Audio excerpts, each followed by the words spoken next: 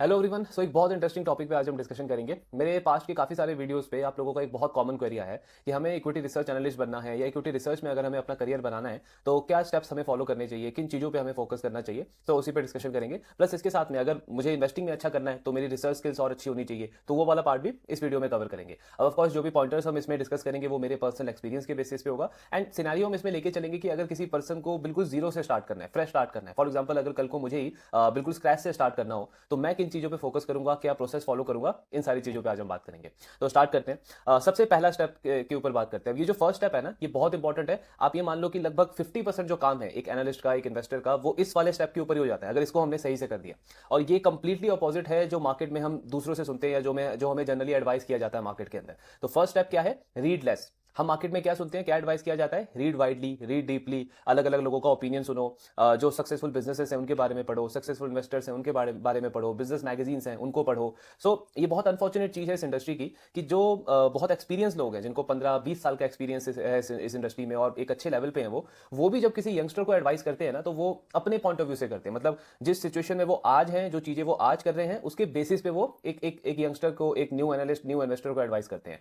इसमें सबसे बड़ा डिसएडवांटेज क्या है कि जो एक स्टार्टिंग का फेस होता है ना, इनिशियल ये जो हमारा टाइम होता है, जो सबसे प्रोडक्टिव हो सकता है, वो कई बार हमारा वेस्ट हो जाता है इस खराब एडवाइस की वजह से। ये मैं आपको अपने पर्सनल एक्सपीरियंस से बता रहा हूँ, बिकॉज जब मैंने भी स्टार्ट किया था, मेरा स्टार्टिंग का 1 से 1.5 साल इन्हीं सारी चीज़ों पे वेस्ट हुआ था। बिल्कुल वेस्ट, आपका टाइम, एफर्ट, एनर्जी, सब कुछ वेस्ट। क्योंकि मुझे भी मेरे सीनियर्स और जो मेरे एक्स बॉस थे उनसे यही एडवाइस मिला था कि मार्केट को फॉलो करो, जो आपके पॉपुलर न्यूज़पेपर्स हैं जैसे इकोनॉमिक टाइम्स, बिजनेस स्टैंडर्ड, इन सबको आप क्लोजली रीड करो। न्यूज़ आर्टिकल्स आते हैं, फंड मैनेजर्स के इंटरव्यूज होते हैं, सेक्टर के ऊपर वेबिनार्स वगैरह होता है, उनको फॉलो करो क्लोजली। जो भी आपको बिजनेस मैगजीन्स वगैरह मिलता है उनको देखो, डेली क्या इवेंट हो रहा है मार्केट में उसको क्लोजली फॉलो करो, मॉनिटर करो। सो आई रिमेंबर मैंने उस टाइम पे इकोनॉमिक टाइम्स का न्यूज़पेपर लगाया था। वो न्यूज़पेपर 7:45-8 बजे आता था, मुझे ऑफिस के लिए 7:30 निकलना होता था। एंड क्योंकि मेरे माइंड में इस तरीके से था कि माइट भी सब लोगों ने यही करके उस लेवल तक वो पहुंचे होंगे, आज भी वो यही सारी चीजें करते होंगे, तो मुझे भी इसको करना है। सो मैं बहुत रिगरेसली फॉलो करता था। एंड वो मॉर्निंग वाला न्यूज़पेपर इवनिंग को ऑफिस से आने के बाद मैं उसको पढ़ता था। और ये लगभग 1 से 1.5 साल मैंने किया, क्योंकि स्टार्टिंग जब आप स्टार्ट करते हो तो ऑफकोर्स आपको टाइम लगता है रियलाइज होने में कि जो आप सीखना चाहते हो, जो आप गोल अचीव करना चाहते हो, आप एक्चुअली उसके आसपास भी नहीं पहुंचे हो कहीं पे भी। और अनफॉर्चुनेट चीज क्या है कि कई लोगों को तो ये रियलाइज ही नहीं होता, उनको लगता है वो बिल्कुल ठीक कर रहे हैं। बिकॉज का एक डिसएडवांटेज क्या है, जब आप मैक्रो चीजें क्लोजली ट्रैक करते हो, डेली बेसिस पे ट्रैक करते हो, तो आपका ना मैक्रो लेवल पे हर एक इवेंट पे कोई ना कोई ओपिनियन होता है। फॉर एग्जाम्पल अगर कहीं पे वॉर हो रहा है तो क्योंकि आप डेली न्यूज़ पढ़ रहे हो, डेली कुछ ना कुछ इवेंट देख रहे हो, तो आपका कोई ओपिनियन होगा कि वॉर क्यों हो रहा है, किस वजह से हो रहा है, किस कंट्री की ज़्यादा गलती है, किस किस कंट्री को डिसएडवांटेज है, ये सारी चीज़ों पे आपका ओपिनियन होगा। टैरिफ हो रहा है, टैरिफ भी आपका कोई ना कोई उस पर ओपिनियन होगा। तो जो लोग हैं ना वो आपको इस तरीके से परसीव करते हैं कि आप बहुत आपको बहुत नॉलेज है, मतलब आपको काफ़ी रिस्पेक्ट से देखा जाता है। लेकिन डीप इनसाइड बहुत कम लोग ये रियलाइज कर पाते हैं कि जो एक्चुअली में आप करना चाहते हो, मतलब एक इन्वेस्टर का, एक एनालिस्ट का end of the day main goal क्या है।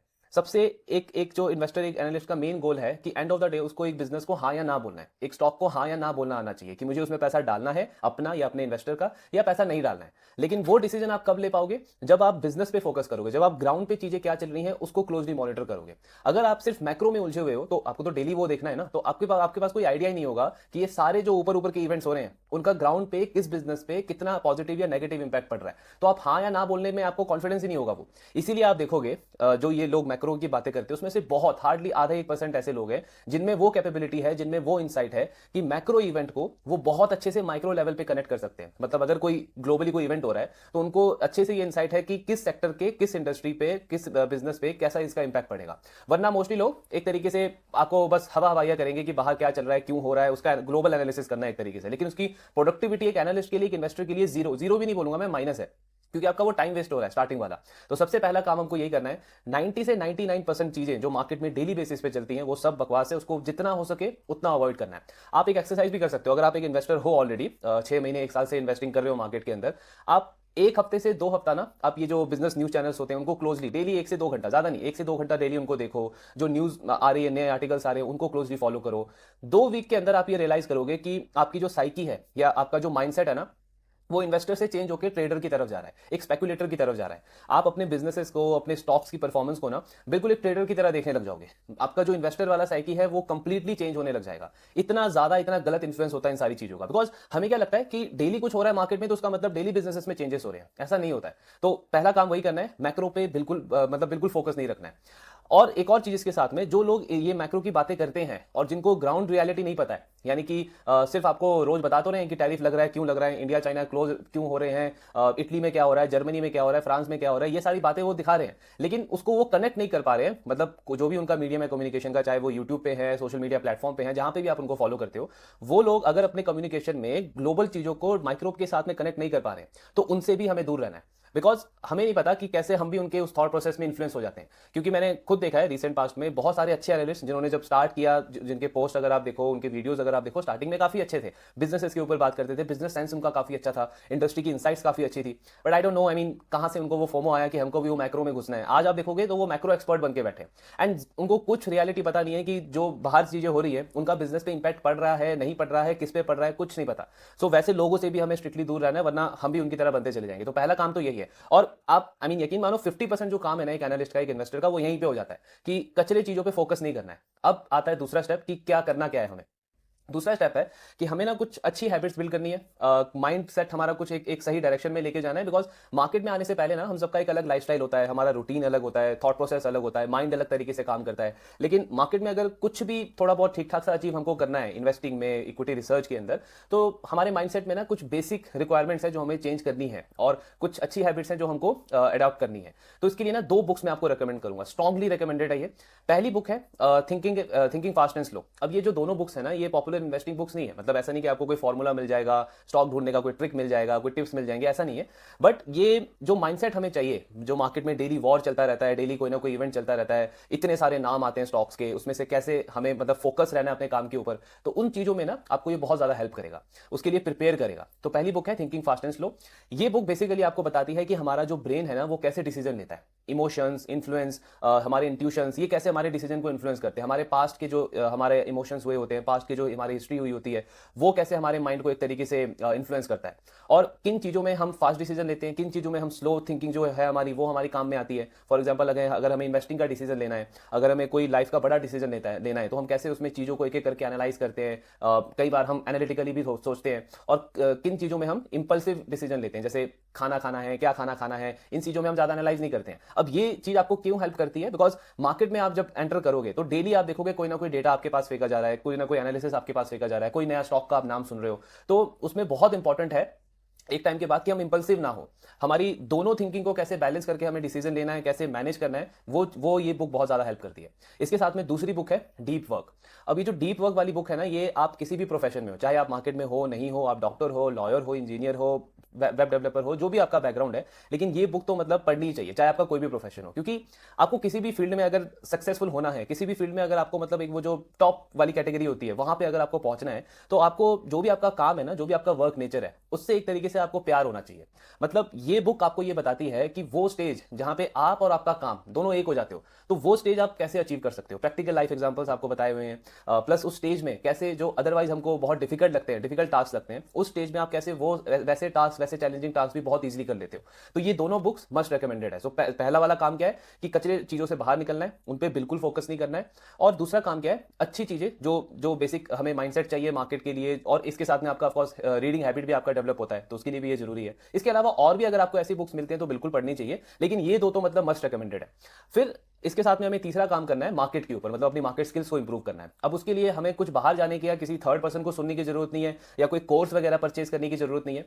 तीसरा जो हमें काम करना है वो करना है हमारा बिजनेस सेंस जो है, कि बिजनेस कैसे काम करता है, यूनिट इकोनॉमिक्स कैसे चलती है, प्रोडक्ट कैसे बनता है, सर्विसेज कैसे होती है, कस्टमर कैसे लाए जाते हैं, कस्टमर की इंपॉर्टेंस कैसे होती है, हर एक इंडस्ट्री का टिकट साइज क्या होता है। बिकॉज जनरली आप देखोगे तो इंडिया में 90% लोगों का थोड़ी बिजनेस का बैकग्राउंड होता है। बहुत सारे लोग हैं जो जॉब वाले प्रोफेशन से आते हैं, कई लोग होते हैं जिनके फैमिली में गवर्नमेंट जॉब होती है, तो उन लोगों का कोई बिजनेस का बैकग्राउंड नहीं होता है। लेकिन मार्केट में ना मतलब आगे अगर हमको बढ़ना है, प्रोग्रेस करना है, चाहे इक्विटी रिसर्च में, इन्वेस्टिंग में, तो बिजनेस सेंस होना, बेसिक बिजनेस सेंस होना तो आपका बहुत जरूरी है। सो उसके लिए क्या करना है, कोई और फालतू के बुक्स पढ़ने की जरूरत नहीं है, डायरेक्ट जो रियल वर्क है वो स्टार्ट करना है। सबसे पहले हमें इंडस्ट्री पिक करनी है। कोई भी एक इंडस्ट्री हमको चूज करनी है। अब इंडस्ट्री कौन सी चूज करनी है? जो सनराइज इंडस्ट्री है, जिसमें ग्रोथ पोटेंशियल अच्छा है, गवर्नमेंट पॉलिसीज का जहां पे एक अच्छा पुश है, ग्लोबली टेलविंड्स काफी अच्छे हैं, जो ग्लोबल प्लेयर्स हैं वो इंडिया की तरफ शिफ्ट हो रहे हैं, उससे उस इंडस्ट्री को बेनिफिट हो रहा है। नहीं, ऐसा कोई भी इंडस्ट्री चूज करने की कोई जरूरत नहीं है। मतलब आप इनडायरेक्टली कर सकते हो, लेकिन आपको जनरली वो इंडस्ट्री चूज करनी है जो आपको अंदर से आपको मन कर रहा है, मतलब जो आपके दिल में है कि मुझे इस इंडस्ट्री को पढ़ना है, मेरा इंटरेस्ट है इस इंडस्ट्री सेक्टर के ऊपर। चाहे वो इंडस्ट्री 5 साल से, 10 साल से, 15 साल से डेड पड़ी हो, उसने जीरो रिटर्न बनाया हो, लेकिन आपको मन है अगर उसको पढ़ने का, आपको इंटरेस्ट आ रहा है उस सेक्टर के बारे में, तो आपको वहीं से स्टार्ट करना चाहिए। बिकॉज देखो, मार्केट में ना 70 से 80% जो काम है ना वो क्वालिटेटिव होता है।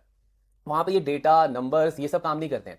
आप पैसा उस स्टॉक में बनाते हो जिसके साथ में आप कंफर्ट फील करते हो। आप अगर किसी स्टॉक, किसी बिजनेस के साथ में कंफर्टेबल नहीं हो ना, चाहे आप एनालिस्ट हो, इन्वेस्टर हो, तो ना आप पैसा बना पाओगे, ना आप अपने क्लाइंट के लिए पैसा बना पाओगे। बिकॉज आप उतना कंफर्टेबल फील नहीं कर रहे हो, आपको प्यार नहीं है उस बिजनेस से, उस स्टॉक से। प्यार होने का मतलब अगेन ब्लाइंडली वाला नहीं कि बिजनेस खराब करे फिर भी, लेकिन एक रियल कनेक्शन नहीं बना पा रहे हो आप उनके प्रोडक्ट्स के साथ में, उनके सर्विसेज के साथ में। तो हमेशा सेक्टर, इंडस्ट्री वो ही चूज करो जो आपको खुद अंदर से आ रहा है। आप जितना धीरे धीरे आगे प्रोग्रेस करोगे ना, जितना जैसे जैसे आप पढ़ते जाओगे, आपकी नॉलेज बेस बढ़ती जाएगी, आपका जो सर्कल ऑफ कॉम्पिटेंस हम बोलते हैं वो इंक्रीज होते जाएगा, तो आप ऑटोमेटिकली धीरे धीरे करके नए सेक्टर्स ऐड करोगे। लेकिन स्टार्ट हमेशा उस सेक्टर से करो जो आपको कंफर्टेबल कर रहा है। अब वो एफएमसीजी हो सकता है, किसी के लिए फार्मा भी हो सकता है, किसी के लिए केमिकल हो सकता है, किसी के लिए आईटी हो सकता है, किसी के लिए बैंक हो सकता है, किसी के लिए कैपिटल मार्केट हो सकता है, किसी के लिए इंफ्रा हो सकता है, किसी के लिए सोलर एनर्जी हो सकता है, रिन्यूएबल एनर्जी हो सकता है। बहुत सारे सेक्टर्स हैं, ऑलमोस्ट सारे सेक्टर लिस्टेड हैं। तो आप किसी से भी स्टार्ट करो, जो आपको मन कर रहा है, जो आपको अच्छा लग रहा है, जिसमें आपको इंटरेस्ट आ रहा है, वहां से स्टार्ट करो। अब स्टार्ट करने के बाद ना दो तरीके होते हैं एक्चुअली। एक तो इसमें जनरलाइज किया जाता है कि अगर आपको किसी भी इंडस्ट्री, किसी भी सेक्टर को समझना है, तो आपको बड़े प्लेयर्स को, जो लार्ज कैप कंपनीज होती हैं, ब्लू चिप कंपनीज होती है उस इंडस्ट्री की, उनको पढ़ना ही पड़ेगा। ये ऐसा कोई कंपल्शन नहीं है, आप पढ़ सकते हो। लेकिन इसमें एक प्रॉब्लम क्या होता है कि जो बड़े कंपनीज होती है ना, जो बड़े बिजनेसेस होते हैं, वो उनको समझना उतना ही ज्यादा कॉम्प्लेक्स भी होता है। बिकॉज जो बड़ा कॉर्पोरेट होगा उसके 60 से 70 तो उसके प्रोडक्ट्स और सर्विसेज होते हैं, अलग अलग 3 4 5 6 उनकी सब्सिडरीज होती है, 5 से 10 उनके अलग अलग सेगमेंट्स होते हैं। तो हर बार मैं इसको जनरलाइज नहीं कर रहा, लेकिन कई बार कई इन्वेस्टर के लिए नए सेक्टर में बड़े बिजनेसेस को समझना एकदम से थोड़ा सा डिफिकल्ट होता है। तो आप स्टार्ट हमेशा करो बड़े बिजनेस से, जो बड़ी कंपनीज हैं किसी भी इंडस्ट्री में लिस्टेड स्पेस के अंदर, वहां से स्टार्ट करो। फिर स्टार्ट कैसे करोगे? उसके एनुअल रिपोर्ट से नहीं, स्टार्ट करना है हमेशा इन्वेस्टर पीपीटी से। बिकॉज ये जो काम है इक्विटी रिसर्च का, इन्वेस्टिंग का, इसमें आपको वही है ना कि मजा आना चाहिए, क्योंकि आप इसको डेली करने वाले हो। तो अपने लिए चैलेंजेस हमेशा ऐसे रखो जहां पे आपको छोटी छोटी सक्सेस भी मिले तो मजा भी आता रहेगा। एकदम से आप इतना बड़ा चैलेंज लेके आ जाओगे ना कि इंडस्ट्री भी कोई ऐसी पकड़ ली जहां इंटरेस्ट ही नहीं है, एनुअल रिपोर्ट पढ़ने बैठ गए हो, पहले कुछ पता ही नहीं है, कुछ बैकग्राउंड ही नहीं पता हमें, और सीधे हम एनुअल रिपोर्ट के अंदर घुस गए हैं, तो 1-2 दिन के बाद ना आप मतलब बिल्कुल गिव अप कर दोगे। तो हमेशा काम उस तरीके से करो जहां आपको मजा आए, क्योंकि ये प्रोसेस है, आपको डेली करना है, सालों तक करना है, पता नहीं कब तक करना है। एक बार मजा आ गया गेम में तब तो आप मतलब रिटायरमेंट तक इसको करोगे। तो स्टार्ट हमेशा करना है इन्वेस्टर पीपीटी से। इन्वेस्टर पीपीटी से क्यों? बिकॉज वहां पे आपको 30 से 40 पेजेस के अंदर ना एक बेसिक सेंस मिल जाएगा बिजनेस का, कि बिजनेस प्रोडक्ट क्या बनाता है, सर्विसेज क्या है इस कंपनी के, ये सारी चीजें आपको समझ आ जाएगी। तो इन्वेस्टर पीपीटी से हमने स्टार्ट किया। फिर इन्वेस्टर पीपीटी में आप देखोगे कि उनके कुछ ऐसे टर्म्स होंगे, हर एक इंडस्ट्री में होता है, जो हमें नहीं समझ आएगा आसानी से। तो वहां पे हम गूगल की हेल्प ले सकते हैं, या इतने सारे एआई टूल्स हैं उनकी हेल्प ले सकते हैं। और अगर वो उतना सर्च करने के बाद भी हमें कोई चीजें नहीं समझ आ रही है, तो स्टक नहीं होना है, वहां पे आगे बढ़ना है, बिकॉज अभी बहुत लंबा प्रोसेस है। तो इन्वेस्टर पीपीटी हमने किया। फिर उसके बाद में उसी कंपनी का कॉन कॉल। इसमें भी एक और इंपॉर्टेंट पॉइंट, इन्वेस्टर पीपीटी कौन सा पढ़ना है? जो सबसे लेटेस्ट क्वार्टर का होगा। मैं बहुत सारे लोगों को देखता हूँ वो 5 साल पहले, 10 साल पहले, 3 साल पहले चले जाते हैं। अगेन वो बहुत इरेलीवेंट हो जाता है, क्योंकि मैं मार्केट में माइट भी नया हूं, मार्केट में आज मैं एंटर कर रहा हूं, इक्विटी रिसर्च आज एंटर कर रहा हूं, लेकिन मैं कोई ना कोई काम तो कर ही रहा था, या इससे पहले कहीं ना कहीं तो पढ़ ही रहा था। तो मैं सोशल मीडिया पे एक्टिव हूं। जिंदगी हमारी लाइफ कैसे चेंज हुई है पिछले 5 साल, 10 साल, 3 साल में, इसकी तो मुझे अवेयरनेस है ना। ग्लोबली चीजें क्या चल रही है तो मैं डेली सुनता हूं, तो वो मुझे बेसिक हिस्ट्री तो पता है। मुझे ये देखना है कि बिजनेस आज क्या कर रहा है, मैं उसके साथ में ज्यादा अच्छे से कनेक्ट कर पाऊंगा। जब वो वाला सेंस आएगा तब ऑफकोर्स मैं धीरे धीरे पीछे की तरफ जाऊंगा, लेकिन पहले मैं आज तो समझूं वो कंपनी कर क्या रही है आज के टाइम पे। तो हमेशा लेटेस्ट क्वार्टर का जो इन्वेस्टर पीपीटी है, कॉन कॉल है, वहां से स्टार्ट करना है। इन्वेस्टर पीपीटी के बाद में हमको कॉन कॉल पे जाना है। कॉन कॉल में अगेन मैं बहुत ज्यादा बीमारी देखता हूँ ये हमारे में, स्कूल से ही हमको ये ठूस दिया है दिमाग में कि आप कुछ भी पढ़ रहे हो ना तो आपको नोट्स बनाना ही है। मतलब एक मैंडेटरी है कि आपको नोट्स तो बनाना ही है। ऐसे नहीं है, मतलब माइंड को ना फ्री रख के चलो। आप इन्वेस्टर पीपीटी पढ़ रहे हो, बिल्कुल फ्री माइंड से पढ़ो, कोई नोट्स बनाने की जरूरत नहीं है। आप बस उसको आराम से एक तरीके से समझने की कोशिश करो जो भी आप पढ़ रहे हो। और समझ नहीं आता है तो कोई बात नहीं, आप धीरे धीरे आराम से चलो। पहले ही दिन में या 1 महीने में, 6 महीने में हमको कोई सुपर एनालिस्ट नहीं बनना है, सुपर इन्वेस्टर नहीं बनना है। एक प्रोसेस है, टाइम लगेगा, लेकिन अगर चीजों को आराम से करेंगे, अच्छे से करेंगे, तो 6 से 9 महीने मैक्सिमम, उसके उसके बाद आप देखोगे कि एक से दो इंडस्ट्री पे ना आपकी इतनी अच्छी पकड़ बन जाएगी कि आप किसी के भी साथ में डिबेट कर सकते हो, किसी भी पर्सन को एक बहुत अच्छी इंसाइट दे सकते हो, और वो भी कंक्लूजन के साथ। वो हवा हवा या बातें नहीं कि ग्लोबली ये हो रहा है वो हो रहा है, एक्चुअली में कि आपको कौन सा बिजनेस अच्छा लग रहा है, कौन सा बिजनेस खराब लग रहा है। तो प्रोसेस को हमेशा ना फॉलो करना है, प्रोसेस पे फोकस रखना है। तो कौन कॉल पढ़ा, कौन कॉल को बहुत आराम से बिल्कुल रिलैक्स होकर के पढ़ा, सेम चीज हमने करी। जो चीजें नहीं समझ आ रही वहां पे हमने गूगल एआई टूल का हेल्प लिया। अब उसके बाद क्या करना है, ये जैसे हमने लार्ज कैप कंपनी के साथ में कर लिया, पहली कंपनी के साथ में, फिर उसके जो पीयर्स हैं, टॉप पीयर्स, 3-4 जो उसके पीयर्स हैं, उनके साथ में भी ये सेम एक्सरसाइज करी हमने। अब जनरली क्या होगा, जब आप मतलब जैसे हमने वही डिस्कस किया कि हर एक जो सेक्टर में बड़ी कंपनी है वो कई बार कॉम्प्लेक्स भी होती है, समझना इतना आसान नहीं होता। तो जैसे आप पहली कंपनी पे एक्सरसाइज कर रहे हो ना, आपने पीपीटी पढ़ लिया, कॉन कॉल पढ़ लिया, और उसके बाद आपको फीलिंग आ रहा है कि यार मुझे वैसा मजा नहीं आ रहा, मतलब वैसा मुझे चीजें क्लियर हुई नहीं है। सारी चीजें तो क्लियर नहीं होगी, लेकिन स्टिल 50 to 60% भी चीजें आपको ऐसी लग रही है कि काफी कंफ्यूज है, तो आप वहां पे लार्ज कैप को छोड़ दो। उसी सेक्टर, उसी इंडस्ट्री की जो छोटी कंपनी है, जो कॉल कॉल करती है, इन्वेस्टर पीपीटी रिलीज करती है टाइम टू टाइम, उससे स्टार्ट करो। सो वही पॉइंट हमने डिस्कस किया ना कि कोई ऐसा फिक्स रूल नहीं है कि लार्ज कैप को ही पढ़ना है, आप छोटी कंपनी से स्टार्ट करो। तो स्मॉल कैप कंपनी को पढ़ो, वहां पे आपको स्मॉल कैप में क्या है, हार्डली उनके 5 से 10 प्रोडक्ट होते हैं, 2 से 3 सेगमेंट होते हैं, और किसी किसी कंपनी का 1 से 2 सब्सिडी होता है। तो इतना मतलब कॉम्प्लेक्स स्ट्रक्चर नहीं होता उनका, तो आप इजिली समझ सकते हो। सेम एक्सरसाइज हमने स्मॉल कैप कंपनी पे करी, और अगर वो समझ में आ गया तो हम 4 से 5 जो उसके पीयर्स हैं, उसके जो कॉम्पिटिटर्स हैं, उन पे हमने सेम एक्सरसाइज किया। इसके बाद ना आप एक एक्सेल शीट लो। एक्सेल शीट में दोबारा से वो जो आप कॉन कॉल गो थ्रू करोगे, वो चारों पांचों कंपनी का, तो उनमें जो भी वो की मैट्रिक्स होते हैं ना, जैसे अपने कॉन कॉल में हर एक मैनेजमेंट जो है वो सेल्स का नंबर देता है, रेवेन्यू का नंबर देता है, Y quarter on quarter growth भी बताता है। तो वो जो मैट्रिक्स है, जैसे सेल्स, उसके साथ में आपने नंबर डाल दिया कि इस साल कितना है, इस क्वार्टर में वाई ग्रोथ कितनी आई है। फिर आपको इबिटा का नंबर भी हर एक मैनेजमेंट देती है, इबिटा मार्जिन का नंबर भी हर एक मैनेजमेंट देती है, gross profit, gross margin generally देते हैं, कई कई बार नहीं भी देते हैं। नहीं मिल रहा कोई बात नहीं, जो डेटा पॉइंट आपको मिल रहे हैं इस तरीके से, जैसे आरओई हो गया, आरओसी हो गया, डेट का नंबर हो गया, इंटरेस्ट कॉस्ट हो गया, कैपेक्स का नंबर हो गया, आपका एक्सपेंशन प्लान हो गया, या फिर कोई गाइडेंस हो गया फ्यूचर का, अगले क्वार्टर का या अगले अगले साल का, रेवेन्यू का, मार्जिन का, प्रॉफिट का, कैपेक्स का, कोई भी गाइडेंस दे रहे हैं, तो जो भी ये मैट्रिक्स है उनको आप एक एक्सेल शीट में मतलब उसको डाल लो, और एक हर एक कंपनी का जो जो डेटा आपको मिल रहा है, सेल्स और इबिटा का तो हर एक कंपनी देती है, प्रॉफिट वगैरह का, वो ना उनका एक्सेल शीट में आप नोट कर लो। प्लस इंडस्ट्री स्पेसिफिक भी डेटा होते हैं, मैट्रिक्स होते हैं। जैसे अगर आप होटल इंडस्ट्री को ट्रैक कर रहे हो तो वहां पे आपको आरपू का डेटा मिलेगा, एवरेज रेवेन्यू पर यूजर। अगर आप हॉस्पिटल इंडस्ट्री को ट्रैक कर रहे हो तो आपको आरपोप का डेटा मिलेगा, एवरेज रेवेन्यू पर ऑक्यूपाइड बेड। अगर आप रिटेल को ट्रैक कर रहे हो तो आपको एसएसजी का डेटा मिलेगा, सेम स्टोर सेल्स ग्रोथ। अगर आप बैंक्स एनबीएफसीज को ट्रैक कर रहे हो तो आपको निम का, स्प्रेड का डेटा मिलेगा। तो इस तरीके के हर एक इंडस्ट्री है ना, कुछ स्पेसिफिक डेटा पॉइंट होते हैं, उसको भी नोट कर लो। वो भी जिस जिस कंपनी का मिल रहा है चारों पांचों में से, वो एक्सेल शीट में डालो, और उन चारों पांचों कंपनी का वहां पे वो डेटा पॉइंट डाल दो, ऐड कर दो। अब आपको ना एक बेसिक पिक्चर क्लियर हो जाएगा कि कौन सी कंपनी किस मैट्रिक पे कहां पे स्टैंड करती है। मतलब ये ऐसा नहीं होगा कि आपको इन्वेस्ट करने वाला डिसीजन आ जाएगा, लेकिन एक थोड़ा बेसिक आप चीजें समझने लग जाओगे कि अच्छा, चारों पांचों कंपनी का बिजनेस मॉडल समझ में आ गया, कैसे ये पैसा कमाते हैं ये समझ में आ गया, और अब इन डेटा पॉइंट को ऑब्जर्व करके ना मुझे ये समझ आ रहा है कि कौन सी कंपनी का अभी वाला क्वार्टर कैसा गया है, किस मैट्रिक पे कैसा गया है। सेल्स प्रॉफिट तो हमको सबको समझता है ना कि सेल्स क्या है, प्रॉफिट क्या है, मार्जिन क्या है, ये सब समझने के लिए कोई रॉकेट साइंस, कोई बुक पढ़ने की जरूरत तो है नहीं, ये तो बेसिक सेंस है। तो इतना हमको समझ में आ रहा है। इसके बाद अगला काम हमें क्या करना है, हमें ना उस इंडस्ट्री, उस सेक्टर के साथ में कंफर्टेबल होना है, उन बिजनेसेस के साथ में कंफर्टेबल होना है। तो हमेशा ऐसी चीजें हमें करनी है जो उनके और क्लोज लेकर के जाए। तो ये मैं आज भी करता हूं, मैं आज भी कोई नए इंडस्ट्री, नए सेक्टर की तरफ जाता हूं। जैसे इस क्वार्टर में ऑटो एंसिलरी गया, अगले क्वार्टर में ट्रैवल टूरिज्म में एंटर करूंगा। तो मेरा जो पूरा सराउंडिंग होता है ना, मैं उसके आसपास लेके जाता हूं। तो जैसे एग्जांपल के लिए आप क्या करोगे, ये सारा एक्सरसाइज करने के बाद आप YouTube पे जाओगे और वो चारों पांचों कंपनीज की मैनेजमेंट के इंटरव्यूज को सर्च करोगे, चाहे 2 साल पुराने इंटरव्यू हो, 10 साल पुराने इंटरव्यू हो, या लेटेस्ट इंटरव्यू हो, जो भी मिल रहे हैं, जितने भी इंटरव्यूज मिल रहे हैं, उन सारे इंटरव्यूज को आप डाउनलोड कर लो, या उसी टाइम पे आपको वॉच करना है, उसी टाइम पे देखो। एक और इंपॉर्टेंट पॉइंट है इसमें, अगर ये जब आप उनका मैनेजमेंट का इंटरव्यू सर्च कर रहे हो, अगर आपको कोई भी थर्ड पार्टी का एनालिसिस आ रहा है स्टॉक का, उसको स्ट्रिक्टली वहां पे क्लिक करो, और वो जो आता है ना, डोंट रिकमेंड दिस चैनल, उस पर क्लिक करो। यूट्यूब को बता दो कि चाहे वो मेरा ही वीडियो क्यों ना हो, आपको बिल्कुल नहीं सुनना है किसी भी थर्ड पार्टी का। यूट्यूब को बता दो कि मैं इनसे बेस्ट एनालिस्ट बनने वाला हूं, तो मुझे अभी किसी भी थर्ड पार्टी का कोई भी ओपिनियन नहीं चाहिए। तो वहां पे उनको हटाओ, सिर्फ जो मैनेजमेंट के इंटरव्यूज हैं उनको फॉलो करो, उनको देखो, चारों पांचों कंपनीज के। अब क्या होगा ना कि आपका माइंड एक तरीके से एक जोन में चला जाएगा, आप अपने आप को एक तरीके से प्रिपेयर कर रहे हो अगले क्वार्टर के लिए। एग्जांपल के लिए आपने ये सारी एक्सरसाइज Q2 में करी, तो जब Q3 में रिजल्ट आएगा तो आप पहले से प्रिपेयर हो गए, आप बहुत कंफर्टेबल फील करोगे उस इंडस्ट्री को लेकर के, और मतलब आपका एक बेसिक साइंस बन गया होगा बिजनेस मॉडल को लेकर के, पैसे ये लोग कैसे कमाते हैं, क्या प्रोडक्ट्स हैं, क्या सर्विसेज है। और इससे भी इंपॉर्टेंट, आपके माइंड में बहुत सारे क्वेश्चंस होंगे, बहुत सारी क्वेरीज होगी, वो बहुत अच्छी चीज है। आपको बहुत ज्यादा कंफ्यूजन लगेगा, वो बहुत अच्छी चीज है, बिकॉज उसके बाद ही तो आप धीरे धीरे करके एक एक क्वार्टर के बाद आपको क्लैरिटी मिलेगी। तो ये हो गया आपका पहले क्वार्टर का काम, आपने 2-3 महीने में ये सारी बेसिक चीजें कर ली, और अब आप प्रिपेयर्ड हो अगले अर्निंग सीजन के लिए।